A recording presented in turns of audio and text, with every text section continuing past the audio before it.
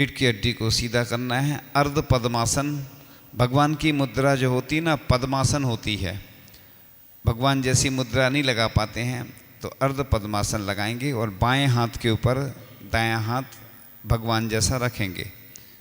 बस भगवान ही बनना है आपको, इसलिए अभी से प्रयास करते हैं, पुरुषार्थ करते हैं। नासाग्र दृष्टि रखना है। मोबाइल जिन जिन के पास है ना सब अपने साइलेंट मोड पर कर दो। बीच में किसी की भी घंटी नहीं बजना चाहिए, नहीं तो मोबाइल गायब हो जाएगा, पता नहीं चलेगा। घंटी बंद कर दो बिल्कुल सब लोग, है ना, कोई भी मोबाइल में, क्योंकि ध्यान जो होती निर्विकल्प अवस्था होती है, सब शरीर का भी इसमें भान नहीं रहता है बिल्कुल, है कि नहीं। मुनि महाराज भी पिच्छी जब रख देते हैं साइड में, शरीर को भी परिग्रह समझते हैं उस समय, बस मैं हूँ इतना ही भान होता है, बस मैं हूँ, आत्मा हूँ बस मैं। अब अपन चलते हैं। नासाग्र दृष्टि रखना है और गहरी श्वास लेते हुए ओम का उच्चारण करते हैं। ओम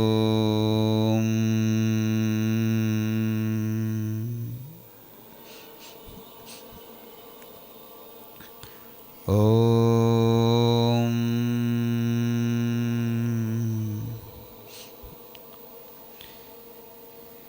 ओम।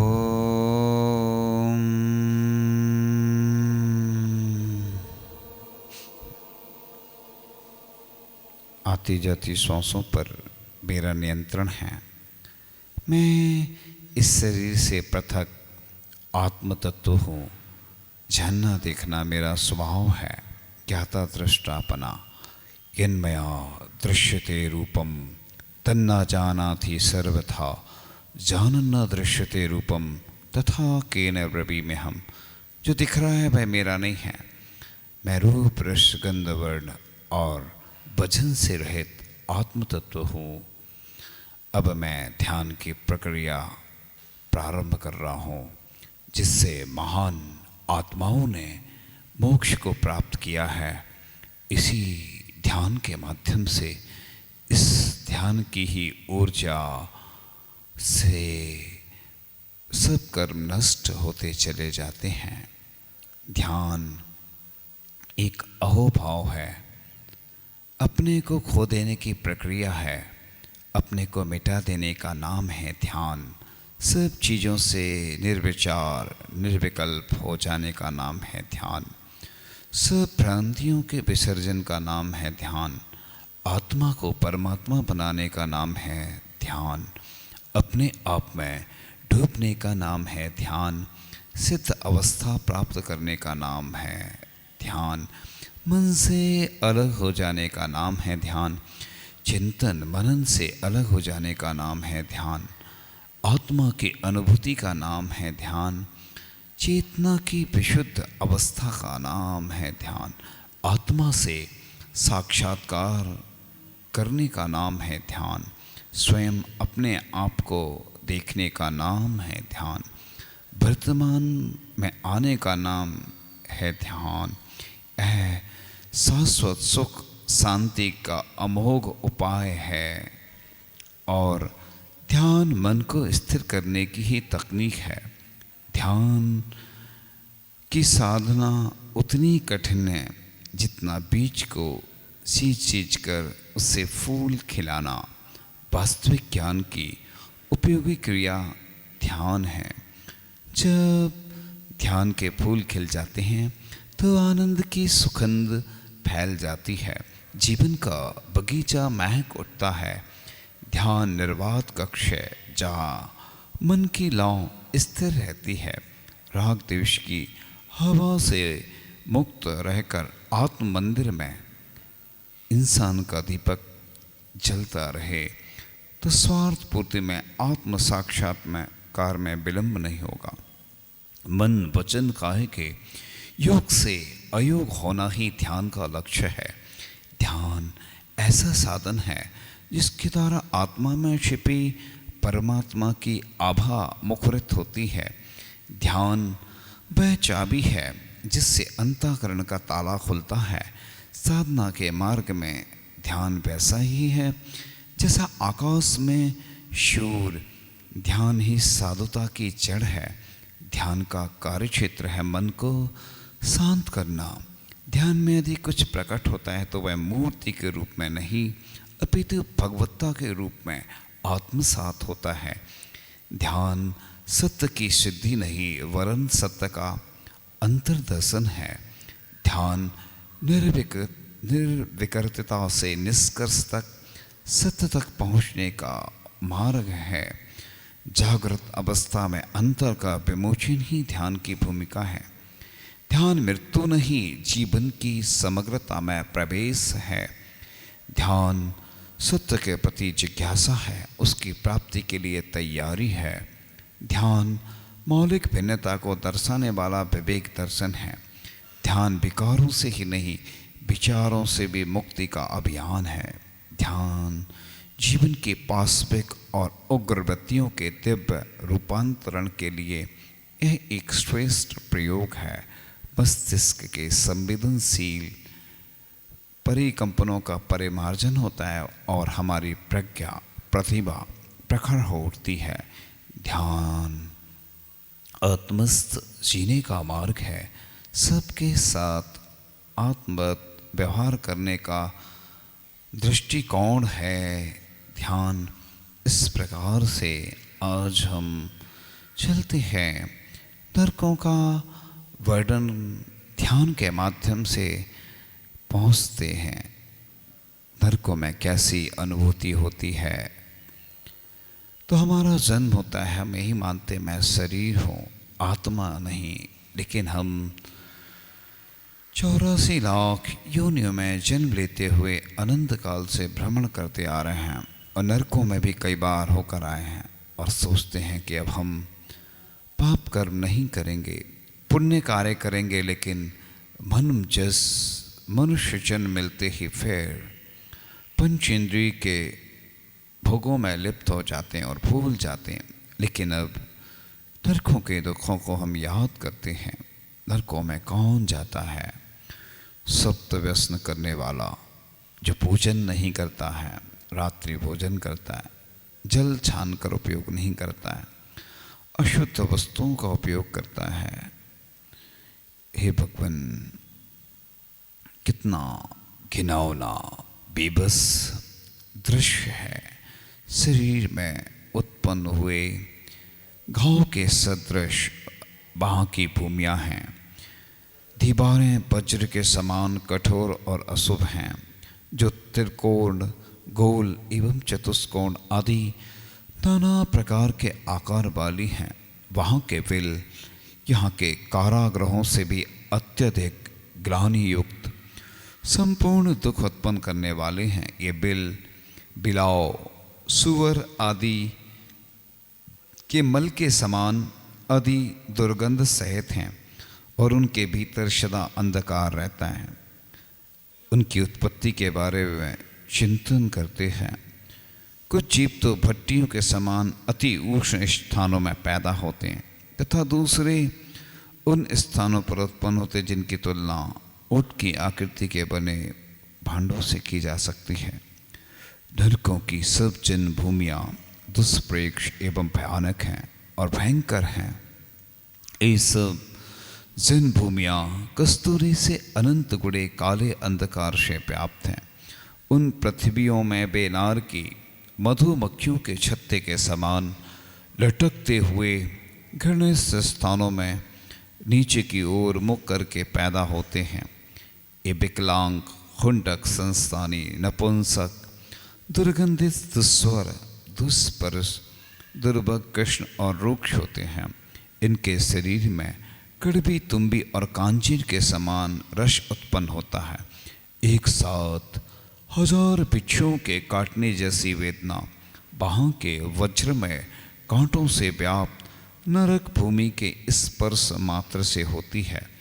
जैसे पशु पक्षियों के मृतक शरीरों की राशि समूह से जो दुर्गंध निकलती है, उससे भी अति अशुभ और भयंकर दुर्गंध वहाँ निरंतर व्याप्त रहती है। उन नारकियों की आंखें कुछ देखती हैं तो वह सब अनिष्ट हो जाता है। कानों के द्वारा सुने गए स्वर भी अत्यंत कर्णकटु और बुरे होते हैं। नाक से जो कुछ सूंघते हैं वह सब दुर्गंधमय हो जाता है। हाथ पैर आदि से जो जो वस्तु छूते हैं वही कठोर और कष्टप्रद मालूम देती है। जिह्वा के द्वारा जिस किसी पदार्थ को चखते हैं वही सर्वथा बेस्वाद हो जाता है। मानो कोई अच्छा इंद्रिय व्यापार करने की शक्ति ही उनमें नहीं रह जाती है।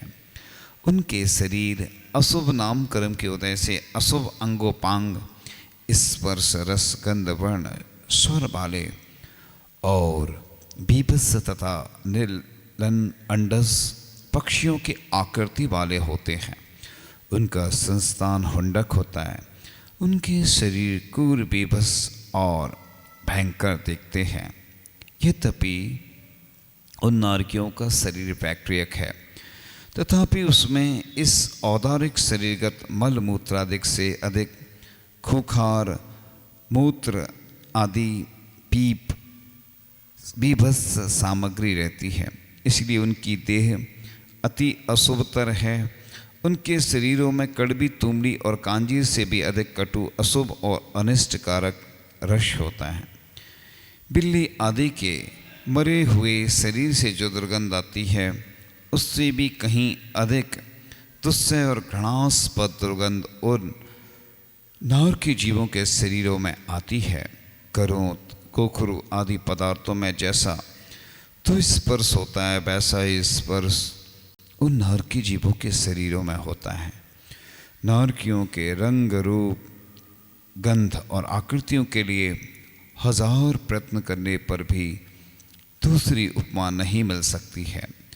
नारकियों के रंग रूप भय वाले होते हैं। शरीरों से असह्य सलान आती रहती है। उनका संस्थान ऐसा ओबड़ खाबड़ होता है कि उन्हें कुब्जक भी नहीं कह सकते। उनका शरीर कदली घात के बिना आयु के अंत में वायु से तड़ित मेघों के समान निशेष विलीन हो जाता है और कोई उनको पकड़ भी नहीं सकता है। जिस प्रकार अग्नि से तपाने से मक्खन नवनीत पिघल कर रह जाता है उसी प्रकार पिनार की पिघल कर वहीं रह जाते हैं।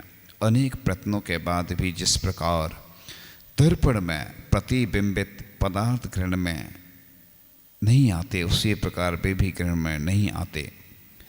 यदि मेरू के बराबर लोहे का उष्ण पिंड शीत बिलों में डाला जाए तो वह तल प्रदेश में पहुंचने के पहले ही नमक के टुकड़े के समान नष्ट हो जाएगा।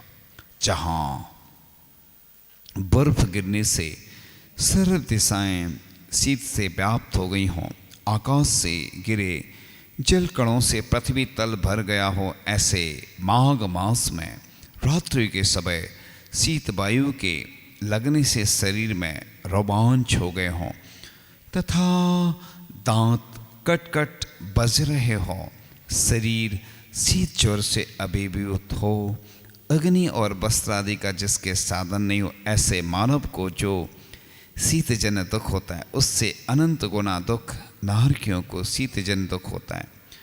अथवा पिघले हुए तांबे का गोला यदि शीत बिलों में डाला जावे तो वह लव मात्र में घन हो जाएगा।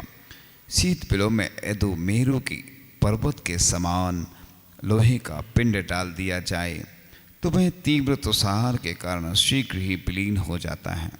नारकियों को उष्णता की बीतना के बारे में बताते हैं कि उन गर्म नरकवासियों में यदि 1,00,000 योजन का सुमेरु सदृश गोला भी डाल दिया जाए तो वह भी वहाँ के भयंकर अग्नि ताप के द्वारा सैकड़ों खंडों को प्राप्त हो जाता है।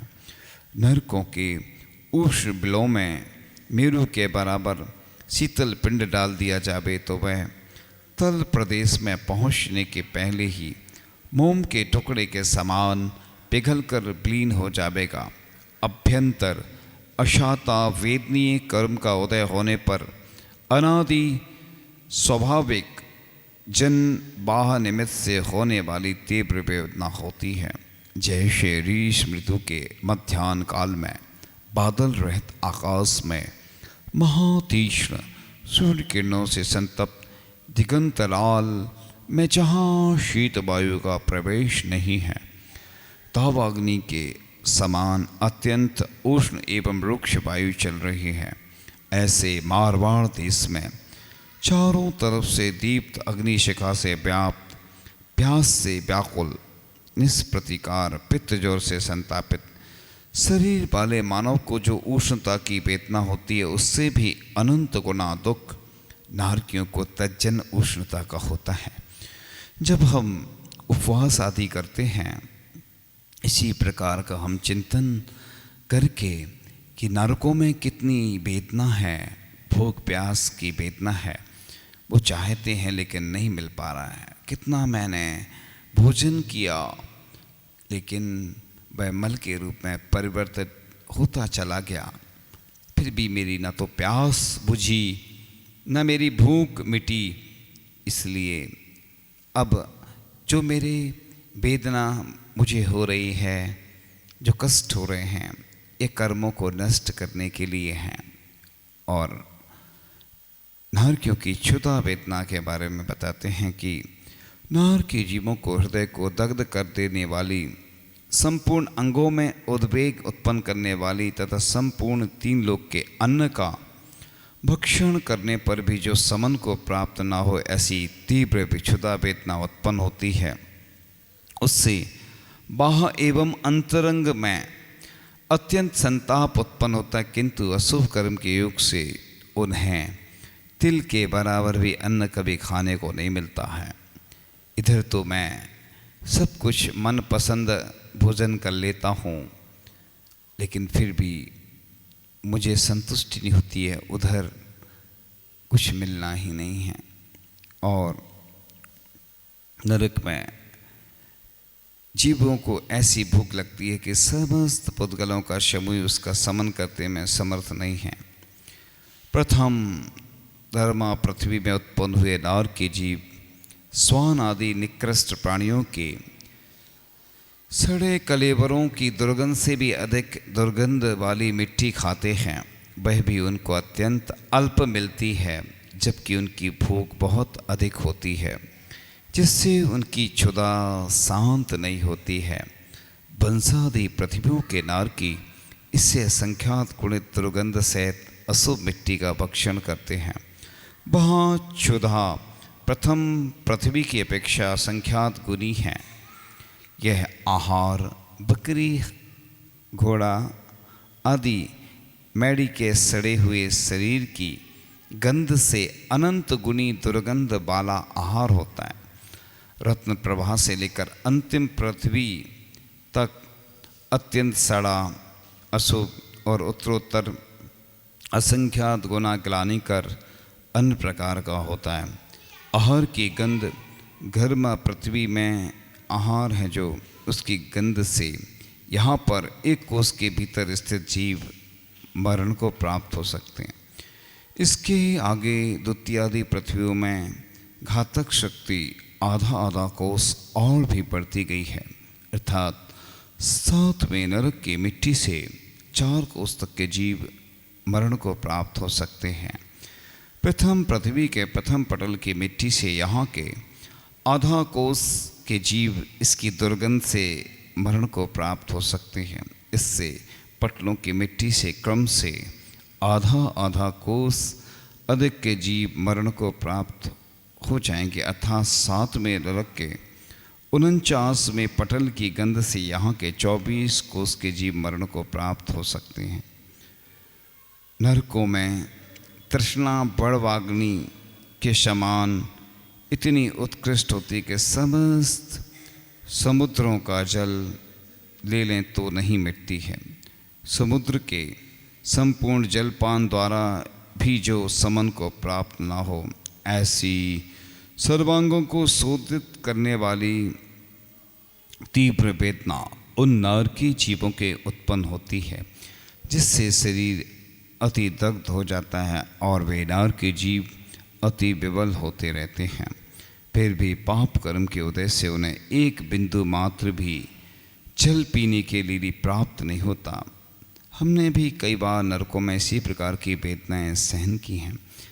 वर्तमान में हमने उपवास करके यह जो हमें शरीर को कष्ट हो रहा है, यह कर्मों को नष्ट करने वाला है, असंख्यात गुणी निर्जरा करने वाला है। और नर की खारा गर्म तीक्ष्ण बैतरणी नदी का जल ग्रहण करते हैं। नरक की बैतरणी नदी में कर्तव्य कैंची के समान तीक्ष्ण जल के आकार परिणत हुए दूसरे उन नारकी के शरीरों को अनेक प्रकार की दुस्सह पीड़ाओं को पहुंचाते हुए छेदते हैं। बैतरणी नदी के जल में कछुआ, मेंढक, मगर आदि जलचर जीवों के विविध रूप धारण कर एक दूसरे का भक्षण करते हैं। नरकों में मांस रूप कीचड़ और क्षार एवं दुर्गंधित रक्त रूप जल की कल्लोलों से व्याप्त बैतरणी नाम की नदी नरकों में भिलावे के रस से भरी हुई बैतरणी नाम की नदी होती है। नरक में उबलते हुए जल से भरी हुई बैतरणी नदी है। इन नरकों में नारकियों को 5,68,99,584 प्रकार के रोग होते हैं। इस प्रकार से हम कई बार नरकों की यात्रा करके आए हैं। और हे भगवान, अब मैं ऐसी कोई खाद्य सामग्री, सौंदर्य प्रसाधन उपयोग नहीं करूँगा जिससे मुझे नरकों में जाना पड़े। हे भगवान, मैं बस आपकी पूजन किया करूं, आपका दर्शन किया करूं, तीर्थ यात्रा किया करूं, जाप अनुष्ठान आदि किया करूं। भगवान, मुझे आप पापों से बचाते रहना और पुण्य कार्य में लगाते रहना। हे प्रभु, मैंने भूत में और वर्तमान में कैसे पाप के कार्य किए होंगे जिससे मुझे ये कष्ट सहन करना पड़ रहे हैं। हे प्रभु, मुझे बस शांति की आवश्यकता है। हे प्रभु, मुझे बस शांति दो जिससे मैं अपना कल्याण कर सकूं। हे प्रभु, बस जब भी मेरे मन में पाप के कार्य की भावना आए मुझे आगाह कर देना। हे भगवान, मैं बस अपनी निंदा अगरहा आलोचना करता हूँ कि भगवान, मैंने पूर्व जन्म में सौंदर्य प्रसाधन का उपयोग किया, वर्तमान में किया, ऐसी अभक्ष वस्तुओं का सेवन किया, सत्य व्यसनों में लिप्त रहा, कभी भगवान की ओर निहारा नहीं, भगवान की पूजन अनुष्ठान आदि नहीं किया। हे प्रभु, अब मैं बस आपकी ही भक्ति पूजन करता रहूं, बस यही भावना है। संसार में मेरा कोई नहीं है, बस हे प्रभु आप ही मेरे हैं, बाकी कोई मेरा नहीं है। और धीरे धीरे ओम का उच्चारण करके 3 बार पूर्व स्थिति में आएंगे, श्वास छोड़ते हुए। ओम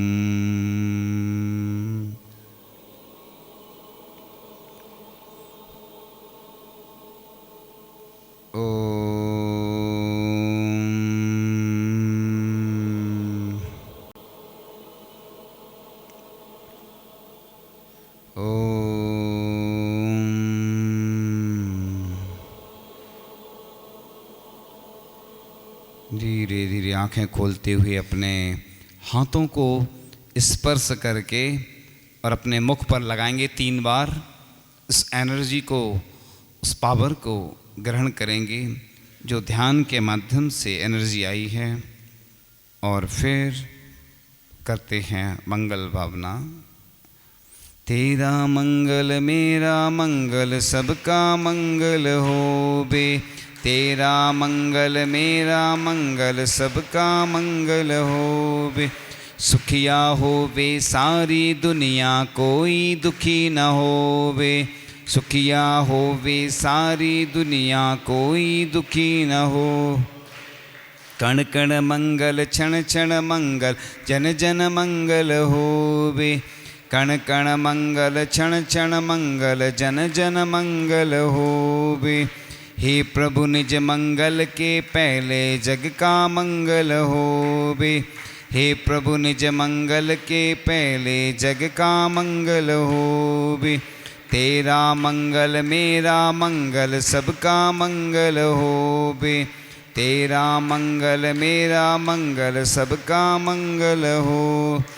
जिन माँ बाबुल ने जन्मा है उनका मंगल होवे।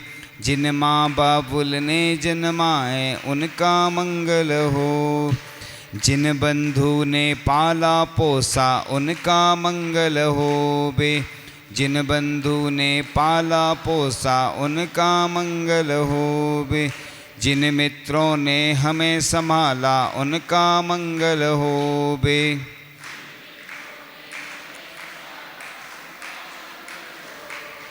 जिन गुरुओं ने ज्ञान दिया है उनका मंगल होवे। जिन गुरुओं ने ज्ञान दिया है उनका मंगल हो। जो धरती नव आश्रय देते उनका मंगल होवे। जो धरती नव आश्रय देते उनका मंगल हो। जिस जलवायु से जीते हैं उसका मंगल होवे।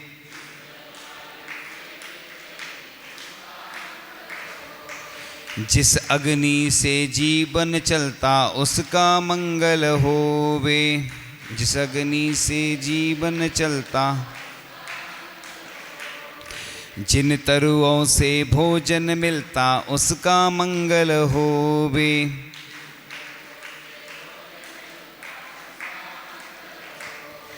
तेरा मंगल मेरा मंगल सबका मंगल होवे।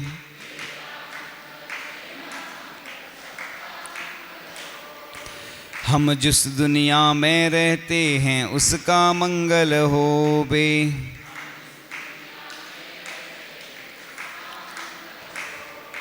हम जिस भारत देश में रहते उसका मंगल होवे।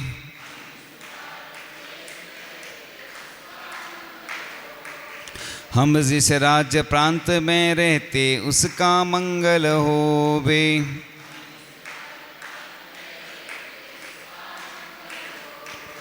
हम जिस नगर शहर में रहते उसका मंगल होवे।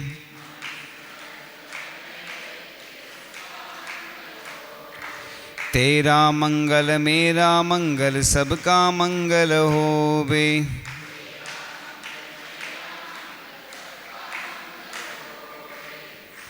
इस प्रकार से कुछ हाथ जोड़ो।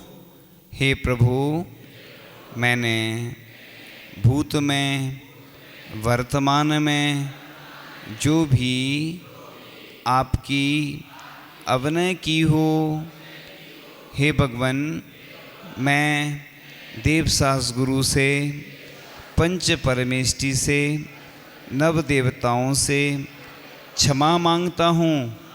हे प्रभु, मैंने एक इंद्रिय से पंचेंद्रिय तक के जीवों को सताया हो, कष्ट पहुँचाया हो। हे भगवान, आप मुझे क्षमा करें। हे भगवान, मैं हमेशा आपकी अभिषेक, शांति धारा, पूजन, जाप, अनुष्ठान, विधान और मांगलिक कार्य, आहार दान, स्वाध्याय आदि करता रहूं। हे भगवान, जब भी मैं पाप कार्य की ओर अग्रसर होऊं, आप मुझे आगाह कर देना, जिससे मैं पाप कार्य से बच सकूं, पुण्य कार्य में लग सकूं।